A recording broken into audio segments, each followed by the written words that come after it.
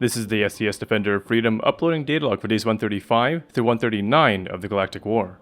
Hello Data Archive, we have seen yet another unprecedented victory from the Helldivers, with the success of our most recent major order. But Helldivers must crack out their autocannons once again, as we return to fight our stupidest enemies. Coming from the previous day, Helldiver forces were split between three battlefronts, Gacrux, 4E Prime, and Nibble 43.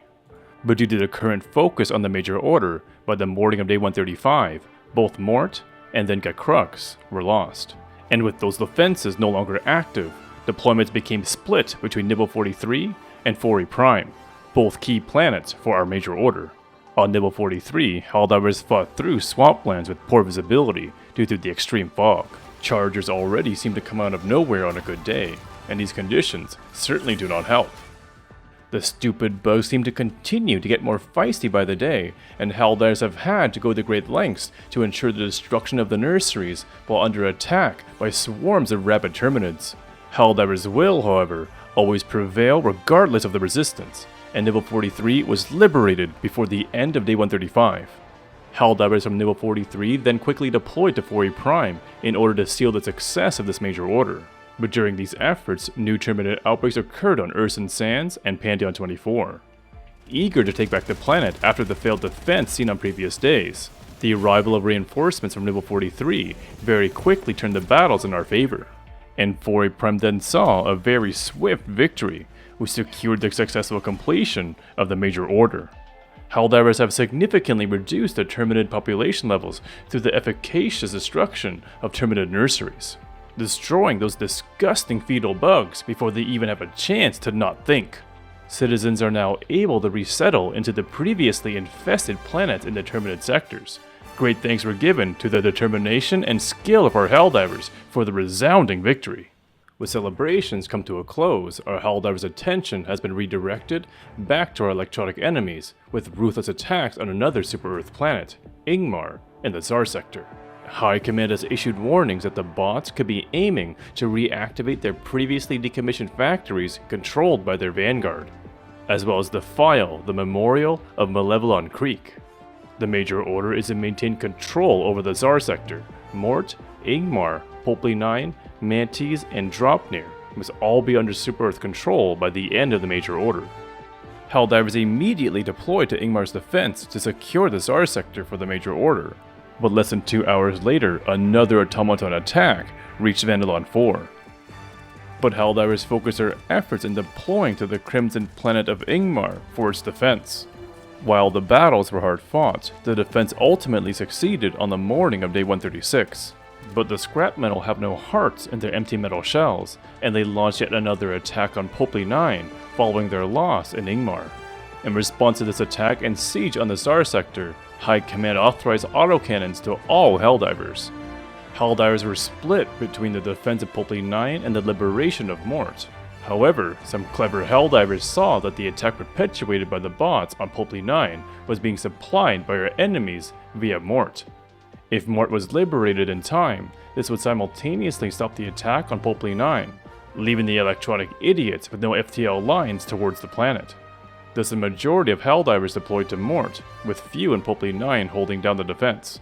Unfortunately, with the focus on the defense on the automaton front, the defense of Urson Sands and Pantheon 24 on the Terminated front were lost. In addition, also Vandelon 4 to the automatons.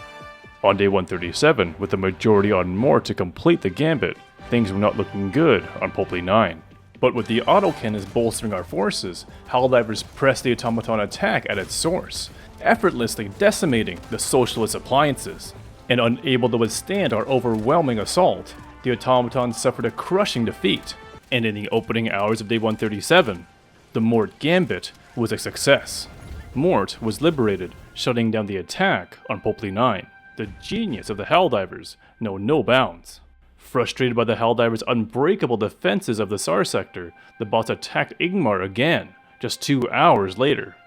Helldivers immediately redeployed to its defense, and completed the defense in even less time than before. The bots were unable to compute the invincible Helldivers' hold on the Tsar sector. The defense completed in just over 10 hours. Following this, terminid spores continued to spread to other planets as another attack broke out on Fact Bay. And in a never-before-seen, completely unpredictable turn of events, the automatons established a new FTL line from Vandalon 4 to Mantis. The socialist toasters have no limits to their assaults against our democracy. With an unwavering resolve to follow orders, Helldivers dove on Mantis for the first time since the end of March, over 90 days ago. The Helldivers Corps are the most elite military force, and that is proven time and time again in times like these, where our superior military strength, tenacity, and brilliance leads us to the victory against these electronic idiots we call our enemies. We of course knew this could happen, and this pathetic surprise attack on Mantis was thwarted in the early hours of Day 138. But the continued unprovoked attacks did not relent on Day 138, and led to 3 new automaton attacks on Virelia 5, Ingmar, and Troost. It is certainly not surprising that the bots attack Ingmar in the same way for the 3rd time. They are non-thinking, useless appliances that are simply unable to comprehend the futility of their efforts. The attack was once again shut down in even less time, this time in 9 hours. Unfortunately, with the major focus on the automaton front, the fact-based defense failed on the Terminid front, continuing their spread into the Jinshi sector. In the morning of Day 139, the bots made one final attempt to break into the SAR sector with an attack on Mort, as well as a continued spread of the Terminids with a new attack on Nibble 43. Shortly after the new attacks, the defense of Virelia 5 was lost, leaving only Truce left in the Trigon sector. The final defense of the SAR sector for the Major Order on Mort was the swiftest yet, completing in less than 6 hours. While the spread of our enemies throughout the past days has been very significant, we have not lost a single defense against the planet's High Command has specified for us to protect at all costs. Mort was successfully defended in the morning of Day 139, and it is expected that we will complete the Major Order come Day 140. However, by the evening, the defense of Truce was lost, losing full control of the Trigon sector. By the end of Day 139, the defense of Nibble 43 is trending very poorly. Losing the planet will have Hellmire at risk of another Terminid attack. In addition, throughout the past 5 days, the liberation of Gacrux has been held steadily since its fall 4 days ago. And on the automaton front, a push has been made on Vandalon 4 to begin a pushback into the Trigon sector. This concludes this data log for days 135 to 139 data archive. We are in good position and are expected to maintain control of the Tsar sector when the Major Order completes on Day 140. This remains bittersweet, however, as much land has been lost during these recent battles. As we await new orders from High Command, we are deploying Helldivers to Vandalon 4.